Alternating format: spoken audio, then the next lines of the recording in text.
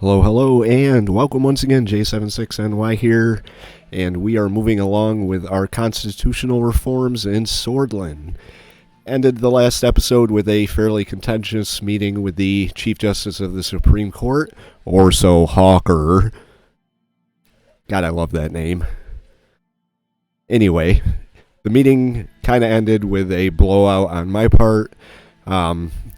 May cause problems with the old guard in my own party, but my campaign promise and reason I was elected a new way forward for Sordland was pretty clear, so they'll either come with me or they won't. I'll find the support in the assembly that I need to get my constitutional amendments passed and get the Supreme Court out of the legislation. So let's hit the continue and see what happens. Proceed to the next turn. We will. Trials of Democracy. And the video names the episode for me. Very nice.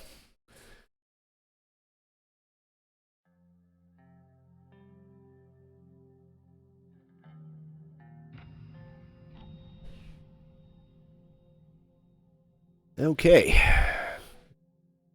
So let's see, we got quite a bit to do. Got all these reports to read all around the country. And the main thing that we are going to be doing is have a barbecue with my son. Let's read the newspapers first. Well, the Radical has two. What happened to the Lockhaven Times and the Whole Sword Post? Wonder why they're blacked out. Interesting. Anyway, time for women to stand up.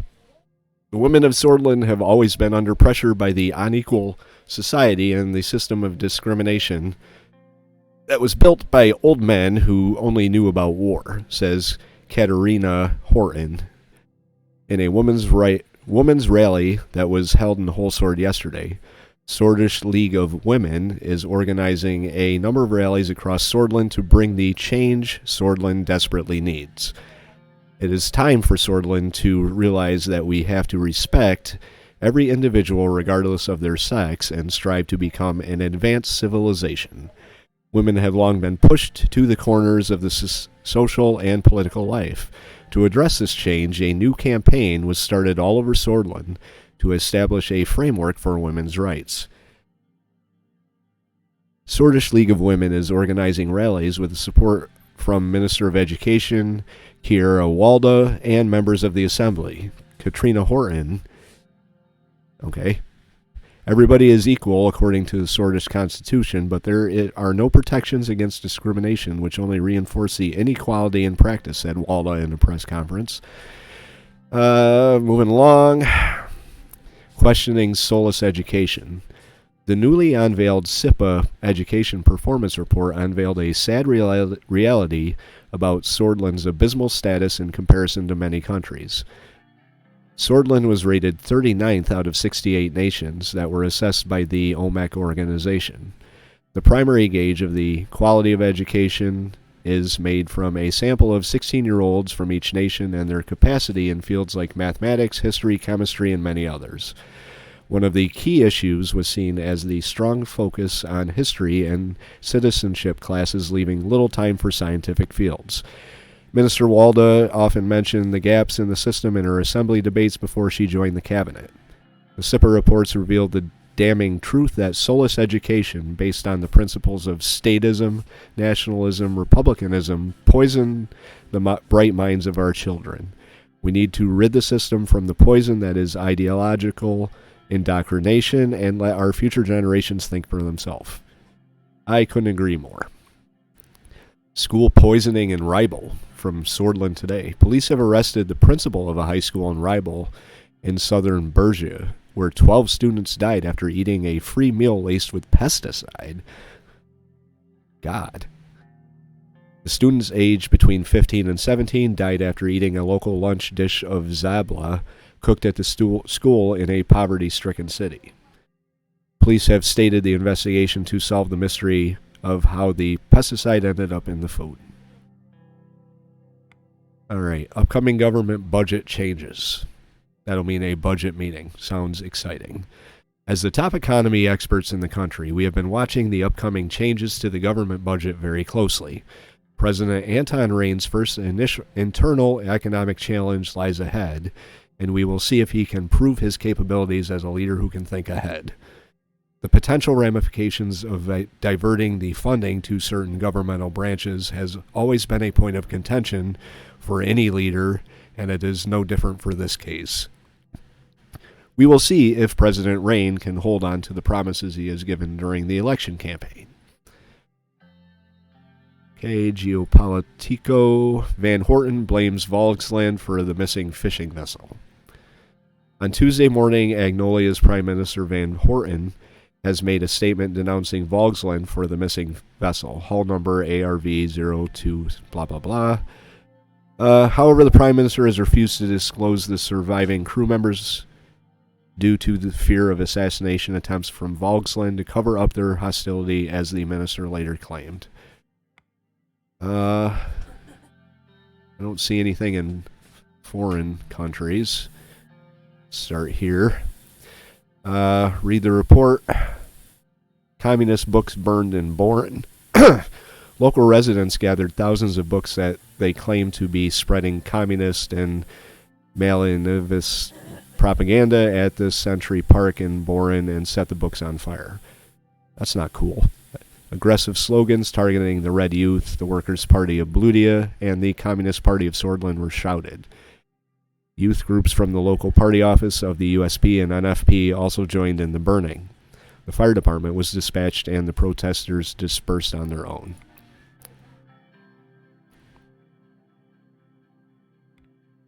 Read the report from Erloy. Young Swords and NFP flags burned. A massive counter-protest against Young Swords led by a local politician known to be aligned with the Red Youth resulted in many injuries and property damage. This country has some serious political divides. Subsequently, Young Swords and National Front Party flags were burnt, which caused tensions to escalate.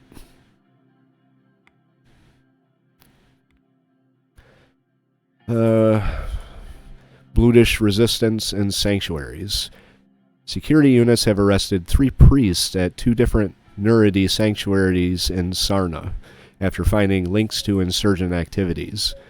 The reports came from an elderly man who wanted to pray in peace, but instead found himself invited to join the Bludish Freedom Front. He wanted himself a BFF. Further incidents indicate that the BFF is pushing for local recruitment drives in different sanctuaries across the region. Recession hit farmers again. As per the latest news from Lockhaven, the farming industry has taken another hit as a result of the recession. There are reports that 16% of all wheat in Lockhaven is rotting in barns due to lack of buyers. Farmers are requesting additional funds from the government to survive the year. Well, we don't have any additional funds. See? 0. Narbel reports lack of hospitals. The mayor of Narbel has reported that their hospitals are overburdened and they are unable to respond to the needs of the citizens. He complained about months-long waiting lists for terminally ill patients. On top of the capacity issues, it is also noted that facilities are still largely using outdated technology. So no good news anywhere at all. Let's have a barbecue with the sun. It was a Saturday afternoon, my first break from work in what felt like years, and the weather couldn't have been more perfect. Trying to keep my mind off the upheaval sparked by the circus assassination, I lit the backyard grill.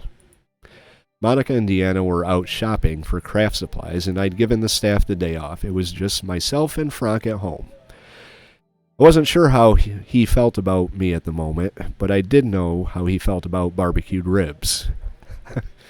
Our cook had left some marinating in the refrigerator.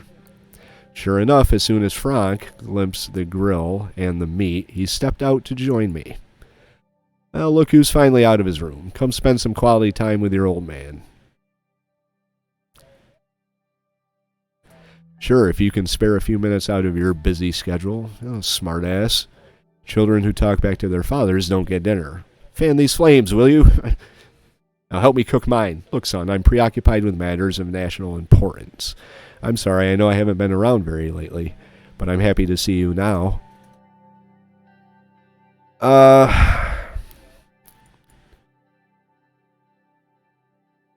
I'm sorry, kid. I'll try and do better in the future. It's okay, I know you've got the most stressful job in the country, and you've got to feed your family on top of all of it. We both chuckled. I turned to tend the fire. Here, let me try. He grabbed the fan and started quickly. What kind of grill is this?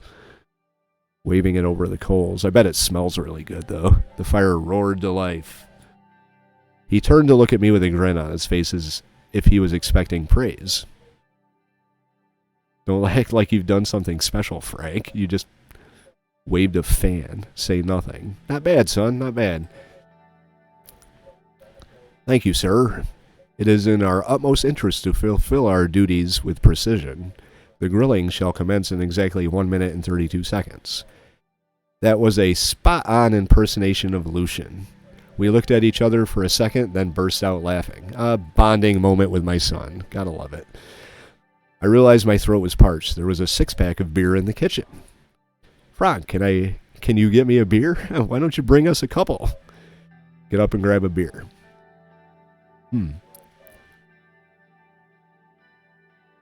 There we go. Let's have a beer, boy. He looked at me in disbelief. You mean I can... But Mom, your fucking mother's not here right now, boy. Just shut up and get the beer. He stopped himself, quickly ran inside, and returned with 2 beers. We cracked them open, clinked the bottles, and gazed out at the city skyline. For a moment, my thoughts flashed back to my childhood and my relationship with my own father. My father was a poor man who struggled to provide for us on his meager income. He put me to work on the farm. I thought I was middle income. Whatever. Long before I was Frank's age, and even then, we couldn't always make ends meet. Yet we were always close as a family. Now that I was the president, I knew Franc would never face the same hardships I had. I couldn't deny that I felt a bit jealous. I'd feel proud, to be honest with you. Dad, can I ask you something? We are family. You can ask anything. It's just, I feel like there's so much you've been hiding from me about your past, about what's going on now. Like at dinner that night after the ball, you told me everything was under control, but it wasn't, was it? I know what happened in the 20s. We learned all about it in school. Now, with the protests and the riots, is it going to be the same thing? Dad, is there going to be a civil war in Sordland? Say nothing and avoid his question. I would never let that happen, even though the country burns down around me. And I hope not. I hope not. That would suck to be president during a civil war. I don't really know if I'd be able to get out of it with my head still attached. I would never let that happen. And Frank says good. But what was it like back then? Uncle Peter said the two of you went through a lot. I'm not a kid anymore, you can tell me. Before I could gather my thoughts, the familiar images started flashing before my eyes. Images of soldiers advancing towards me and my friends, weapons drawn. Of people I knew, friends and neighbors being dragged through the streets and murdered in the alleyways. And that little girl's face, before it got run over by a tank. Those were dark times, Frank. It seems like it. But you're nearly a grown man. Let's talk about it. Complete honesty and openness with my son seems to be the way we're going with this conversation. He leaned forward in his chair, his eyes wide. Tell Frank about the coup of 27. Tell Frank about the Civil War. Or, nah, I don't really want to talk about this shit. Let's talk about the Civil War. It was time to tell him about the Civil War. It was right after I met your mother. We had both joined the same political debate group to push for change after the coup of 27. Eventually, I became convinced I wasn't doing enough, so I joined the Young Swords. Tell Frank about the clash between Lutheran and Rickard. Then one night it happened. Two different factions in the army, one of them led by fascist General Lutheran and the other by socialist General Rickard, started fighting against each other. It was a bloodbath. Nowhere was safe. Frank shifted in his seat, visibly uncomfortable. So we organized a protest one day against Rickard. We were fed up with the army toying with the country again. Tell him about the girl? Okay. I paused for a moment before continuing. It was horrible. There they were waiting for us. Soldiers started beating and shooting at everybody and plowing their tanks into the crowd. Amid the chaos, there was this girl. I never forgot her face. I tried to save her, but I couldn't reach her in time. Frank's face had grown pale. He turned his eyes away from me. Tell Frank about the coup of 27. Well, lay it all on the line for him. I was barely older than you are now, studying law at Whole Sword State University. I was a freshman, excited and young. I had just left the classroom to go back home as I heard the sound of multiple vehicles approaching the campus gates. As they got closer, I realized they were military camouflage trucks and tanks carrying hundreds of soldiers. The same soldiers that were supposed to protect Sordland citizens pointed their guns at us. They immediately took control of the facilities. One of my friends asked what was going on and was arrested immediately. More people got angry and gathered in protest. Frank kept listening, a shocked look on his face. I was there with the protesters as they declared martial law. We marched towards them. They threatened to use force, but we stood our ground. So they started beating anyone they saw, including me. The physical wounds took a few weeks to heal, but the mental scars have stayed with me to this day. I stayed strong. I tried my best to stay strong. Some of my friends were shot. Many more were arrested. I can't forget the screams to this day. But I'm proud not to have faltered. Frank leaned back in his chair, his shoulders slumped heavily. It's enough for today. It's okay, I'm sorry. I shouldn't have asked you about it. I know I don't understand how easy my life is sometime. One more thing, though. I know you joined the Young Swords back then. Do you mind if I ask why? Yes, I do. I don't want to talk about it. Sordland was under attack by communists, and I had to defend the country. I had to survive somehow in that environment, and I made a choice. Sordland was under attack by communists. Why not? Frank raised his eyebrows. His curiosity still not satisfied, but sensing my reluctance to go on, he simply nodded. Sorry for bombarding you with questions. I know I complain sometimes, but my problems are nothing compared to what you went through. I'm here to listen to them, no matter what they are, what problems, you whiny little sniveling shit. You're damn right, your generation will never understand. I'm here to listen to you. You are my son. Before Frank could say anything, I heard the front door unlock. Deanna and Monica's voices and the sound of rustling shopping bags filled the house. Home to ruin the fun. All right, I'll be upstairs until dinner. Frank went in and dashed upstairs, hopefully to brush the beer out of his teeth so Mom doesn't find out.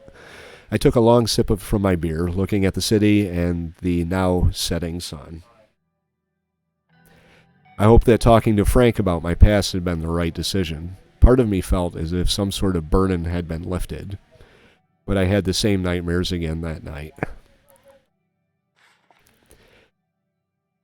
All right. What's this over here? Presidential visit to Narbel. Okay. Let's get through all this other stuff first. Read the report from Morna. Morna industrial output concerns. The mayor of Morna has reported that their industrial output numbers this year are 12% lower than last year. They are requesting additional support to improve their industrial capacity, including machinery and personnel to combat the downward trend. With the construction of several new factories in Morna, the mayor stated his belief that an economic upturn in the city is still possible if government investments succeed. According to current projections, Morna is set to lose an additional 2% of industrial output next year. However, recent data from the municipality suggests that an investment worth several billions of Sordland will stop the downward trend and increase the industrial output in a short amount of time, which is a problem because we have no budget. Everybody wants money, but there's no money to be had. USP report on reforms. Many members of the USP, led by Alvin Clavin and the reformist wing of the party, clarified their demands from the government in the party Congress. For the upcoming constitutional reforms, Alvin Clavin stated that without ministry reforms, they won't be able to stand behind the new reform package. All right. Prisoners riot in Anton Rock Prison. Yesterday around 11 a.m., a prison riot started in Ward C of the Anton Rock Prison, which was eventually suppressed. Ward C is generally used for keeping political prisoners, and the riot started when a warden was killed by a brutish political prisoner. 4 guards and 21 prisoners died. 134 were injured. Wonder if it's going to give me the opportunity to meet with brutish leaders to see what their problem is. H3 report from Underhall. Underhall Construction's project manager for the H3 highway has reported that the project has been progressing well, and they have already started laying down the foundations of the ground retaining walls, bridges, and earthworks. So the highway is going pretty good. Project supervisors from the government confirmed the report, saying that the preliminary work has already been done by Underhall, and everything is on schedule. Anything else before we go visit the city over here?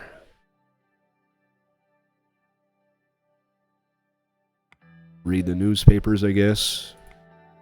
Attacker opened fire on protesters, 17 dead. A man opened fire in Vesord City Center during a protest march organized by the Communist Party of Sordland against the murder of Bernard Circus. They're still going on about that.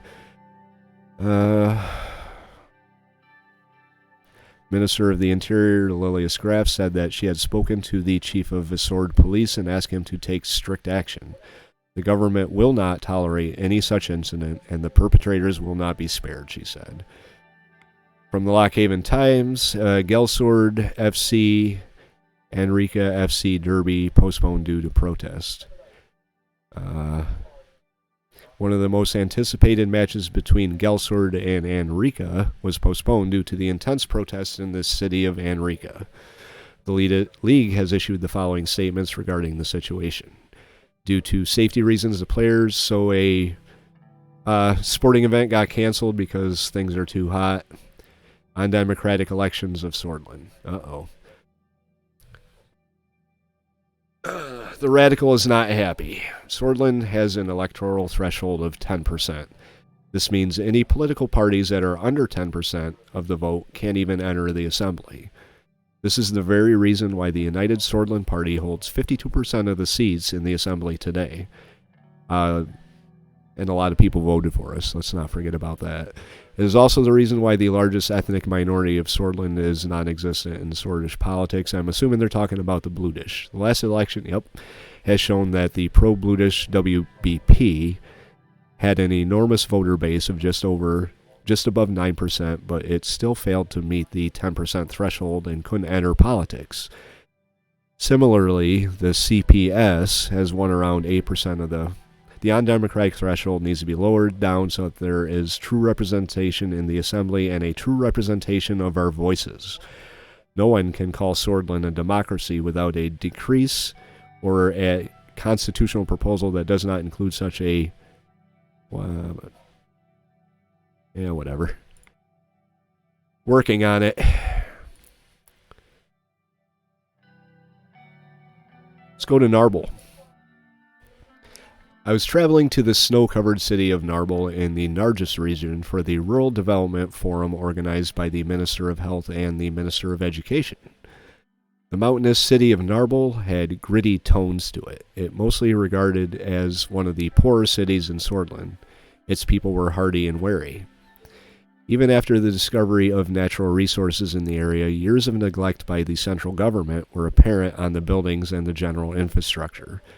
Natural resources, namely gas and oil, were now under the control of Gazprom, which elevated the corporation to a place of power. And they would be corporations in Sordland that extract natural gas. Initially, several investors from United Cantana had started the company. The investment and excavation turned Narbel from a town to a city, allowing employment of all sorts for the local populace. All right.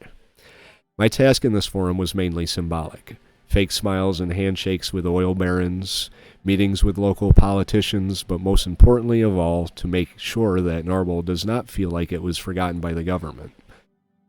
The scenery so far, however, was a reflection of Narbel's neglect. Main roads to the city were not maintained well. There were many bumps and empty, discolored spots in the asphalt. Navigating and swerving to avoid the inconveniences, our motorcade finally started nearing the city. As if my discomfort from the bumpy ride was apparent to him, Serge rolled down the partition window. We will be arriving at Hotel West in a few minutes, sir. Thank you for letting me know. Can't say it's been a comfortable ride. Good, whatever gets us out of here quickly. Can't say it's been a comfortable ride. I'm sorry, sir. The roads aren't the best. After a moment, Serge started to smile under his mustache. What's that smile for? Sir, I just want to say it's been great these last 2 months. As you know, my wife Suzerain recently gave birth to our son, sir. And now my daughter just started at a very good high school in Holsord. Life's about to get a lot busier, buddy. That's great news, Serge. I'm happy for you. Congratulations. I appreciate it, sir, truly. I was worried that I wouldn't be able to afford a good private school if she scored less than the entrance exams. But I shouldn't have made my insecurity get to me. Erica outsmarts me all the time. I'm very proud to have a daughter like her. I also hope that Deanna will grow to be like her mother someday. So that means she must have taken the smarts after her mother. I do not value insecurity in my employees. Oh, my douchebag playthrough is going to be real fun with all these really nasty things to say to people. I will tell a joke. I'm sure she will, sir. After all, she is the daughter of a lion and a lioness. My daughter looks up to the First Lady for inspiration, and it's not just limited to my daughter, sir. She is an inspiration for almost all women in the country. But at the same time, it must be hard for the First Lady as well. All this attention, adjusting to this new high-profile life, and a husband that has great responsibilities. You're right. It's hard for her. It's hard for us both. It must be, sir. We sometimes forget the important people in life between all the responsibilities and rush. You know, those we care for. Spare me your lectures. I agree. Yes, Serge, I get it. There's one option here that doesn't make me look like a dick, so we'll go with that one. Serge continued after a moment of silence. Have I told you, sir, my son's name is George? The doctor said he's very healthy, and thankfully, so is my wife. Why did you want another child? That's good. I hope the hospital had good service. Tell me more about Suzerain. What kind of person is she? I don't really care, to be honest with you.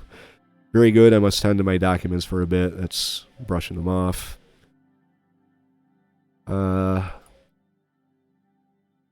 Normally, we would have been treated in one of the suburban hospitals, and this is where he's going to start talking about how shitty the hospitals are.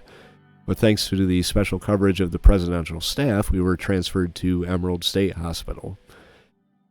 Emerald State is a great hospital. The equipment and staff were exceptional. Serge sighed. Here we go. I already started thinking about their university education, especially Erica. I want to send her to a good private school, but with the current state of the economy, it's going to be hard for us. You know what? I can pay for the education of your child. We will fix the economy one way or another, and it's hard for everybody. Ah, one of those choices.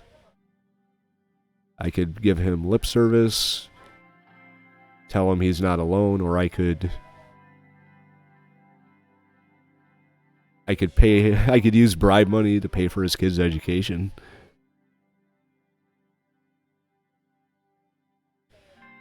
I'm going to do it. Mr. President, there's no way I can. With one look from me, Serge cut his sentence short and nodded at me after removing his hat. Mr. President, I don't know how I can ever repay you for this. Thank you, sir. Thank you so much. Money is never more important than education. I hope you return the favor by helping someone in need someday. Pay it forward. No worries, Serge. Wasn't my money anyway. Besides, thank it. Walter Tusk. I think I have decided. I will give your name to my boy. Thought your boy was already born and called him George. George Anton Walkner. Okay, that works. May he grow strong like you are. Has a nice ring to it. I like it. The car hit a major pothole and a bump which lifted us from our seats for a second. This is unacceptable. We need to invest in infrastructure here. Are you fine? You okay, dude? Yes, sir. I hope the car is fine, too. The motorcade began approaching the palace. The hotel, sorry. The Hotel West was supposedly the best hotel in Narbel. The large 25-story main building was undoubtedly one of the taller and more expensive buildings in the city. It towered over the nearby slums and had been a target for protests when it was first built. A crowd was gathered in front of the hotel with the welcoming committee at its center.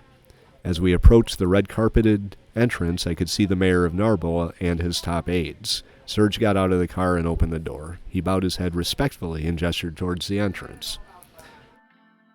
See you later, Serge. Might as well talk to him like a buddy. I'm paying for his kid's education. Thank you, sir. Likewise. As soon as I left the vehicle, the fresh air of Narbel filled my lungs. Almost immediately, everyone present in the crowd flocked over to me with an excessive display of courtesy, smiles, and handshakes while I donned the mask of a politician. A mask that I was very used to.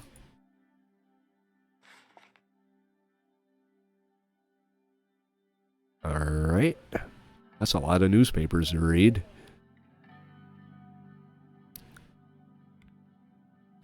Let's read the report from Holsword. Or we can read the report from Vesword. Or we can get a briefing on the current welfare situation in Narbel. This potholes. Unread newspapers.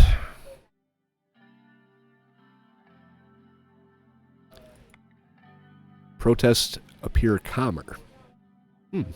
That's a change.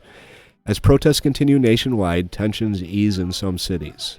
Still, several major cities, including Dyer and Lockhaven, did have some scattered reports of violence on Monday night. Tens of thousands in Dyer, Circus's hometown, mine as well, I believe, walked in a memorial march through police, though police moved in on the thinning crowd as the evening settled, making arrests. The protests in Holsword and most other major cities appeared calmer, with fewer clashes between civilians and police. That's good news. The Economist is ranting and raving about something, so we'll skip them for now. Education privatization proven successful. Our editorial team immediately analyzed the SIPA reports recently revealed to assess the standards of education. We were curious to see how the policies of the last decade have begun changing the performance metrics.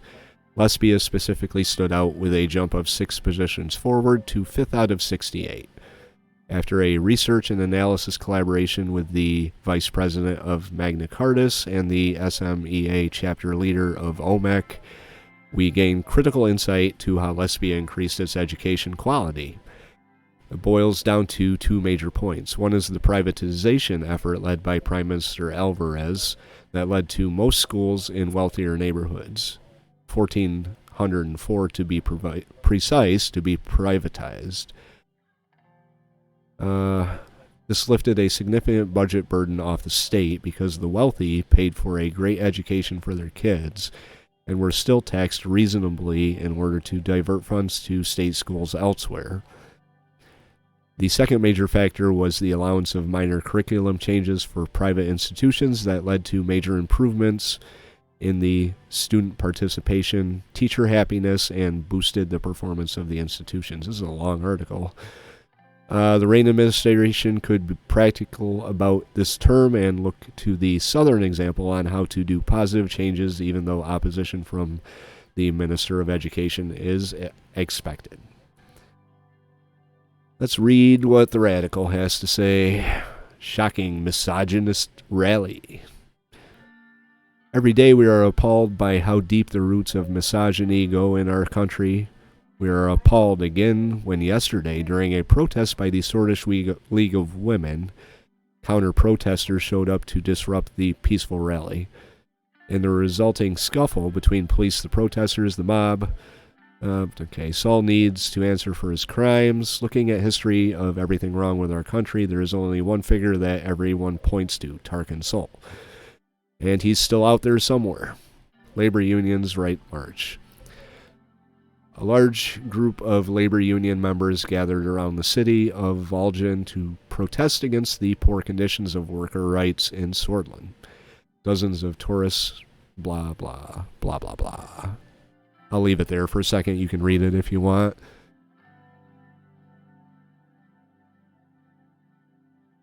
All right, moving along. Current welfare situation.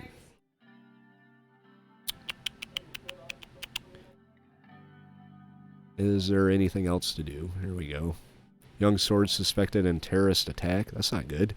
At approximately 4:46 on Monday, a terror attack occurred in the Vesord city center during a rally by left-wing CPS. The attackers, suspected to be working with Young Swords or another organization connected to them, opened fire with an automatic rifle on the protesting civilians. 17 people were killed, including the attacker who shot himself afterwards.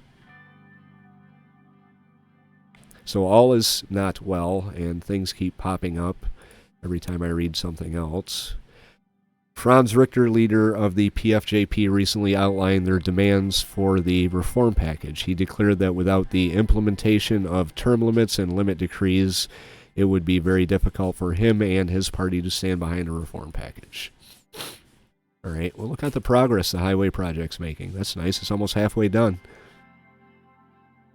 So I'm going to call this episode right here before we get into the situation of welfare, because that's probably going to require us to spend some money, and I'm going to have to decide, make a serious decision on that, seeing it's going to put us into a budget deficit. Anyway, if you like the episode, hit the like button.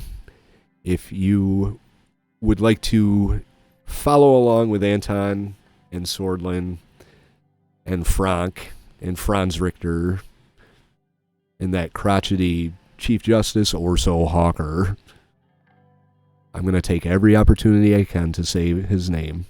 But if you want to follow along with the gang, hit that subscribe button, and you can come with us. Leave your thoughts, tips, and advice, or just thoughts. The game doesn't really need tips and advice. But whatever you want to leave it in the comment section. Kind of curious what you guys think of this game. So, anyway, J76NY saying thank you very much for watching, and have yourself a very good night.